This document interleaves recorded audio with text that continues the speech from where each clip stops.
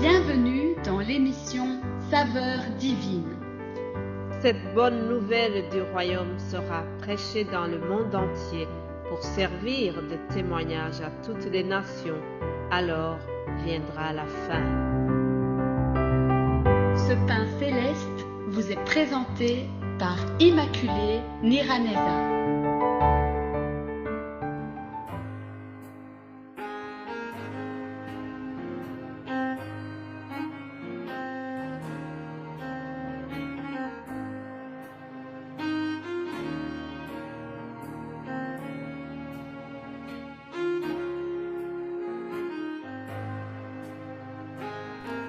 Bienvenue très chers amis à l'écoute de cette émission Saveurs divines. Alléluia, que la paix de Christ soit avec vous. Je remercie Dieu qui me donne l'occasion de revenir vous partager sa parole. La parole de Dieu, c'est le pain céleste qui nous nourrit chaque matin, chaque jour. Alors, avant de commencer ce menu copieux venant du Père Céleste, je vous propose une entrée copieuse que nous trouvons dans Romains 8, 37. C'est une parole qui est en train de m'édifier, de me fortifier et je vous la partage. Mais dans toutes ces choses, nous sommes plus que vainqueurs par celui qui nous a aimés. Car j'ai l'assurance que ni la mort, ni la vie, ni les anges, ni les dominations, ni les choses présentes, ni les choses à venir, ni les puissances, ni la hauteur, ni la profondeur, ni aucune autre créature ne pourra nous séparer de l'amour de Dieu manifesté en Jésus-Christ notre Seigneur. Alléluia. Soulignez que rien ne pourra nous séparer de l'amour de Dieu. Alléluia. Mes chers amis, quelles que soient les choses que nous traversons, quels que soient les combats que vous menez en ce moment, déclarons ensemble que dans toutes ces choses, nous sommes plus que vainqueurs, car Christ a vaincu et nous aussi, nous serons vainqueurs. Alléluia. Que cette parole te fortifie si jamais tu traverses des moments difficiles. Alors, rapidement, je vais continuer aussi notre thème de la semaine. Nous sommes en train de voir les paraboles qui parlent du royaume de Dieu. Et aujourd'hui, nous allons voir la parabole nommée « Le grain de sénévé », Matthieu 13. Alors, Jésus leur proposa une autre parabole et il dit « Le royaume des cieux est semblable à un grain de sénévé qu'un homme a pris et semé dans son champ. C'est la plus petite de toutes les semences, mais quand il a poussé, il est plus grand que les légumes et devient un arbre, de sorte que les oiseaux du ciel viennent habiter dans ses branches. » Amen. Notez que lorsque Jésus parle de ce grain, la petite graine de sénévé, il parle de lui-même, chers amis, la plus petite de toutes les semences. Jésus veut souligner qu'il a commencé d'une manière très humble.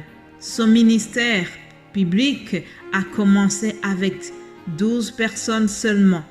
12 personnes que le monde dénigrait parce qu'on disait que ces gens sont des paysans, ils n'ont pas fait des études. Le ministère de Jésus a commencé d'une manière très humble. Toute sa vie a commencé d'une manière très simple. Il est né dans une étable. Il est né d'une famille simple. Jésus-Christ est mort d'une façon atroce. Il est mort d'une mort très humiliante.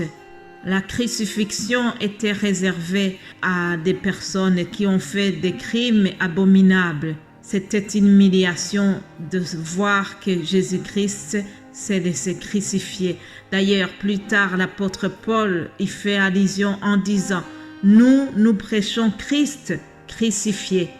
un scandale pour les Juifs et la folie pour les païens. Mais ce personnage qui a commencé d'une manière très modeste, personne ne pouvait imaginer que Jésus-Christ, ce Juif exécuté sur une croix par les Romains, ce Juif rejeté par son propre peuple et abandonné par ses disciples, personne ne pouvait imaginer que par après, il va continuer son ministère. Personne ne pouvait imaginer que son ministère va influencer, impacter le monde entier jusqu'à nous aujourd'hui. Alléluia. Jésus-Christ, c'est cette petite semence que tout le monde a négligée, mais qui a eu beaucoup d'impact, qui a grandi jusqu'à nous aujourd'hui. En donnant cette parabole, Jésus-Christ fait une prophétie messianique. Il annonce que Dieu a suscité le Messie dans la lignée royale de David. Alléluia. Et qu'il a établi son royaume sur une montagne. Cette parabole, nous devons la mettre en parallèle également à cette prophétie de Ézéchiel que nous lisons dans Ézéchiel 17. Je lis rapidement. Ainsi parle le Seigneur, l'Éternel. J'enlèverai moi la cime d'un grand cèdre et je la placerai.